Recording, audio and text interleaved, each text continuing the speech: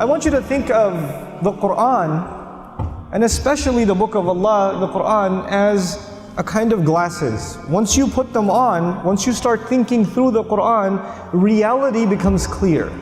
Like you start seeing things in a different light, that you did not see them in the same way before. Okay?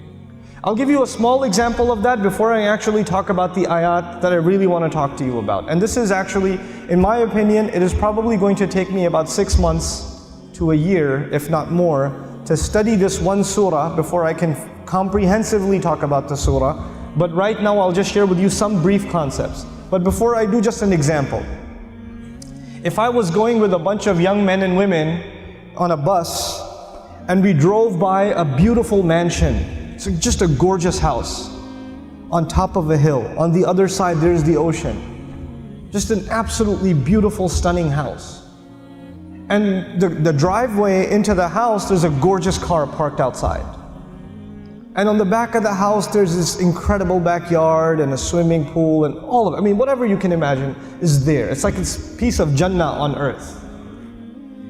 And you see the guy walking into his house. We're driving on this bus and we see this guy walking into his house. And I asked these young men and women, do you think that guy's successful? Do you think he's successful? Overwhelmingly, what is going to be the response? Yeah, that's pretty successful. And the guy, look at him. Look at what he's accomplished in life. That's a pretty successful person. Okay. When you take a picture of someone graduating from college, they're shaking hands with the president of the university, they're being handed their diploma, and somebody asks you, you think that's successful? What are people going to say? You know, it's going to be Muslims and non-Muslims. Everybody's going to say that that is a kind of what? Success. I'm going to congratulate my children one day when they graduate from college too, because that's a kind of success. When somebody gets a job, is that a kind of success? Sure.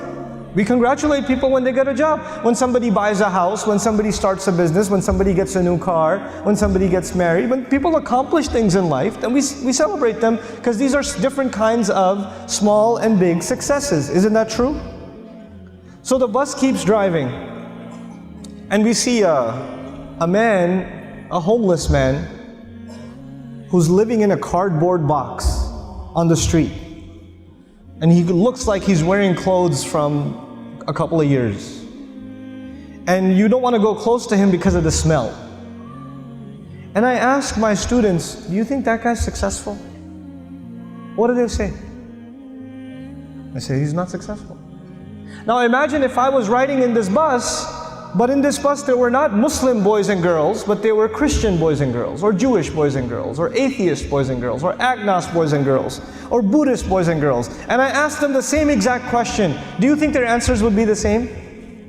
Yep, their answers would be the same. That's the problem. The problem is the way we think about success and the way we think about failure. For Muslims, it's supposed to be different. All human beings can see it a certain way, that's fine. They have the apparent view of success and failure. But us, Muslims, Allah has given us clearer glasses.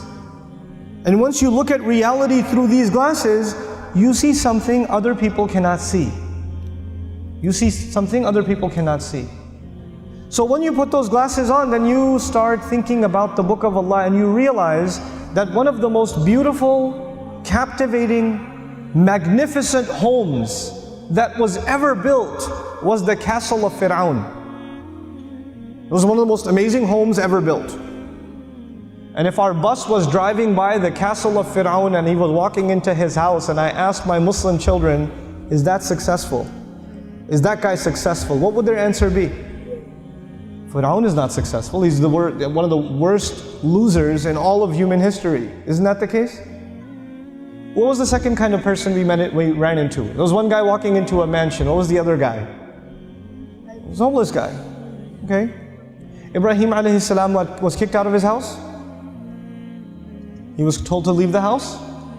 So he's homeless. Well, was he successful? He was. Actually, he's one of the most successful human beings that ever lived. Now the Qur'an is teaching me that a homeless man is successful, and an incredibly wealthy man is what? A failure. You know what the Qur'an is teaching me? The Qur'an is teaching me that success has nothing to do with wealth. And failure has nothing to do with poverty. Success and failure are different concepts for us than they are for everybody else. أعوذ بالله من الشيطان الرجيم.